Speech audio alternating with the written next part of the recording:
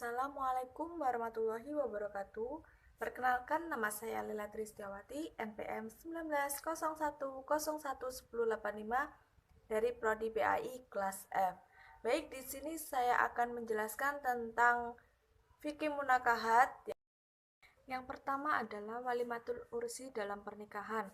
Perayaan pengantin sebagai ungkapan rasa bersyukur atas pernikahnya dengan mengajak sanak saudara dan masyarakat untuk ikut berbahagia dan menyaksikan peresmian pernikahan tersebut, sehingga mereka dapat ikut serta menjaga kelestarian keluarga yang dibenarnya.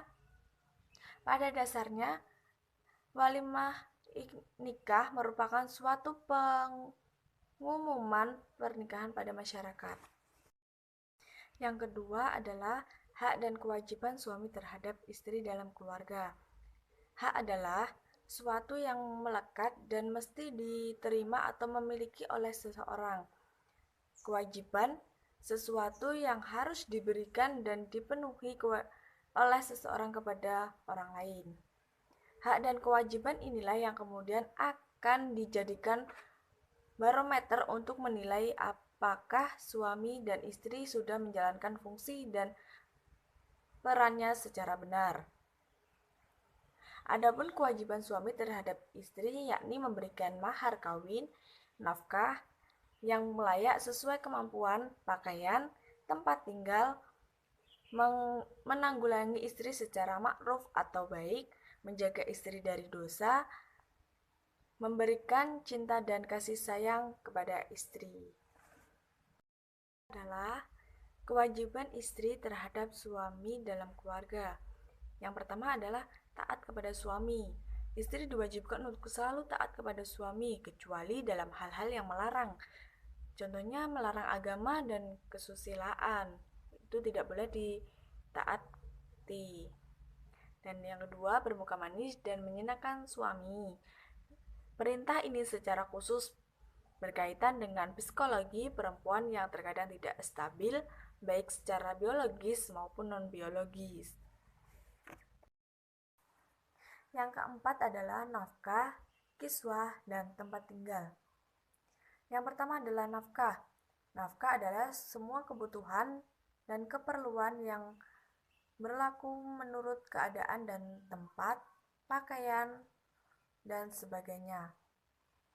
Nafkah itu dibagi menjadi dua, yaitu yang pertama nafkah madiyah adalah sesuatu yang dikeluarkan suami dari hartanya untuk kepentingan istrinya berupa hal-hal yang bersifat lahiriah atau materi. Yang kedua adalah nafkah mut'ah, adalah pemberian suami kepada istri yang diceraikan sebagai kompensasi. Yang kedua, kiswah. Kiswah adalah pakaian berkebutuhan pokok manusia selain makanan dan tempat tinggal. Manusia juga butuh pakaian untuk melindungi dirinya, untuk menutupi dirinya. Seiring perkembangan manusia, pakaian juga digunakan sebagai simbol status, yaitu jabatan atau kedudukan seseorang yang memakainya. Yang ketiga adalah tempat tinggal, disebut rumah, tangga, atau keluarga. Tempat tinggal bisa dijadikan adalah tempat teduh dan atau berkumpul, tempat mendidik, tempat istirahat, tempat bersenang-senang. Adalah kedudukan harta dalam pernikahan. Yang pertama, harta benda yang diperoleh selama perkawinan menjadi harta bersama. Yang kedua, mengenai harta bawaan masing-masing suami dan istri mempunyai hak sepenuhnya untuk melakukan perbuatan hukum mengenai harta bendanya. Yang keenam adalah hukum menikahi wanita yang pernah berzina. Hukumnya adalah haram, kecuali dia sudah sholat taubat. Jadi boleh kalau sholat taubat. Dan yang ketujuh atau yang terakhir adalah perjanjian pernikahan.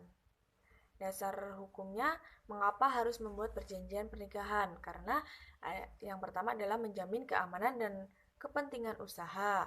Yang kedua, menjamin berlangsungnya harta penanggulan keluarga. Yang ketiga, melindungi kepentingan seorang istri dalam hal suami melakukan poligami. Yang keempat, menjaga kemeteraan dalam political margian. Yang kelima, menjamin kondisi finansial adalah setelah perkawinan putus atau berakhir. Yang keenam, menghindari motivasi perkawinan yang tidak sunnah. Sekian penjelasan dari saya akhiri. Wassalamualaikum warahmatullahi wabarakatuh. Semoga bermanfaat.